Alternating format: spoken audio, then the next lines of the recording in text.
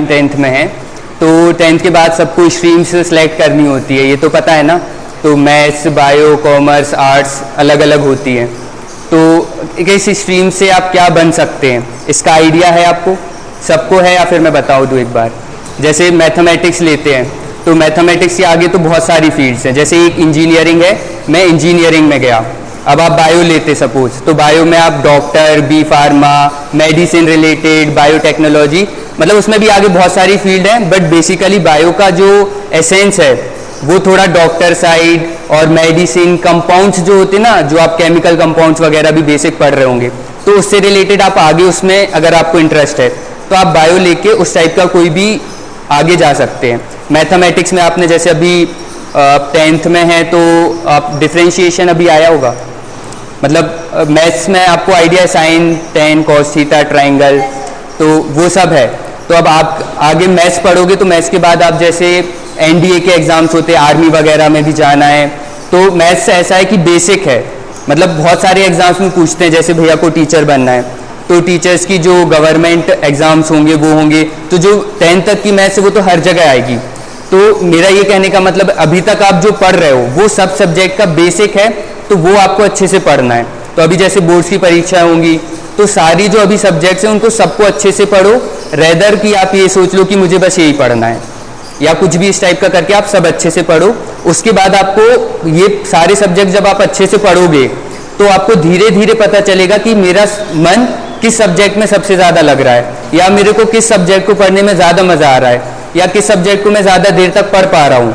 तो फिर जब आपको धीरे धीरे ये समझ में आने लगेगा तो आप फिर चुनना कि मुझे क्या लेना है, क्योंकि जिस सब्जेक्ट को पढ़ने में आपको थोड़ा मज़ा आ रहा होगा, आप लंबे टाइम तक पढ़ पाओगे, उसी में फिर आप आगे अच्छा कर पाओगे। अगर जिस काम में मन नहीं लग रहा है और आपने वो सब्जेक्ट ले लिया अभी 10th के बाद, तो फिर आपको बहुत दिक्कत हो सकती है आगे। तो इसलिए मेरा ये कहना है कि अभी आप सब सब्जेक्ट्स को अच्छे से पढ़ो, धीरे धीरे आप ये देखो कि आपका किस में ज़्यादा मन लग रहा है, आप किसको ज़्यादा इंटरेस्टली पढ़ सकते हो, और फिर उसको सिलेक्ट करो। और करियर जैसे सबको अलग अलग बनना है, जैसे इन्हें बोला बिजनेस खोलना है।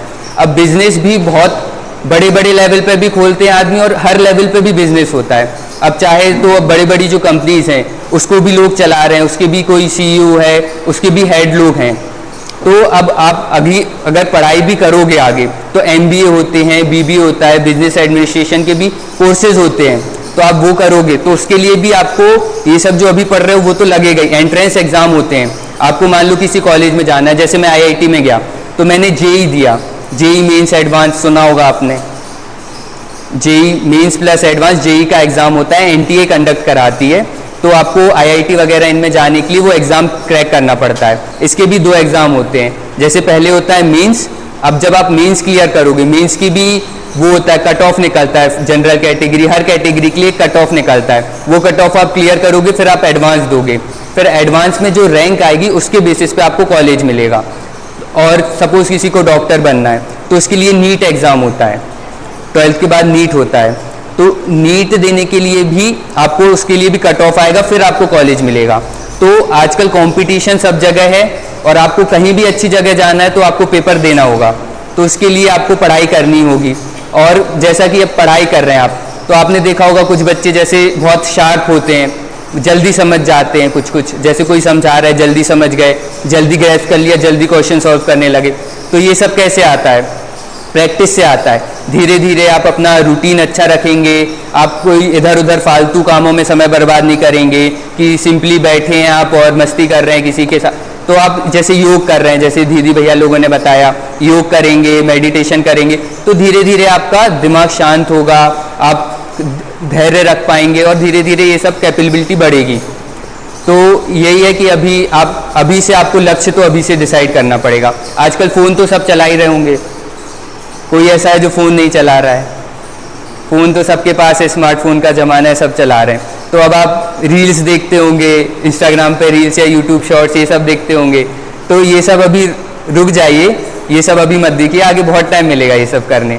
आप अभी उस पर आप बहुत सारे जैसे करियर्स ऑप्शन है, आप एक्सप्लोर कर सकते हैं। आप अलग अलग जैसे डॉक्टर बनने के लिए क्या करना है, इंजीनियर बनने के लिए, अभी मैंने 2-3 बताया, आगे बहुत होता है। जैसे अब आर्मी में आपको लेफ्टिनेंट कर्नल या फिर कोई ऑफिसर पोस्ट पे जाना है तो उसके लिए एनडीए वगैरह होता है, या फिर आपको यूपीएससी वगैरह, आईएएस वगैरह बनना है, और एसएससी बहुत सारे एग्ज़ाम्स होते हैं, तो आप एक एक को फ़ोन पे आजकल सब है, गूगल पे आप सब सर्च करेंगे आपको सब मिलेगा, तो आप एग्ज़ाम्स के बारे में भी देख सकते हैं कौन सा एग्ज़ाम्स होता है, उनका सिलेबस क्या है, क्या क्या पूछते हैं।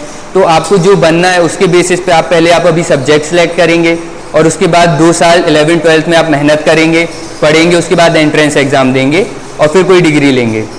तो बस यही है कि मेरा यही है कि अभी टाइम वेस्ट मत किया करो, जैसे कुछ भी, अगर आप लोगों के पास टाइम तो होगा अभी, और ये जो 9th-10th की कक्षा का जो सिलेबस होता है वो मेरे हिसाब से इतना ज़्यादा नहीं होता है कि आप कुछ और ना कर पाएँ। मतलब आप दिन भर तो पढ़ते नहीं होंगे, तो ये सब चीज़ें आप दिन भर नहीं पढ़ते हैं तो आप बाकी जगह फिर टाइम वेस्ट करते होंगे या कुछ और करने लगे या समय बर्बाद हो रहा है किसी भी चीज़ में, तो उसकी जगह आप ये सब देखिए, पढ़िए कि क्या क्या एग्ज़ाम है, क्या क्या कर सकता हूँ मैं, क्या क्या बन सकता हूँ। ठीक है, और किसी को कुछ पूछना है तो अभी मतलब जैसे कुछ मेरे दिमाग में भी कुछ छूट रहा हो, जैसे आप लोगों को अगर पता हो कुछ पूछना हो कुछ दिमाग में तो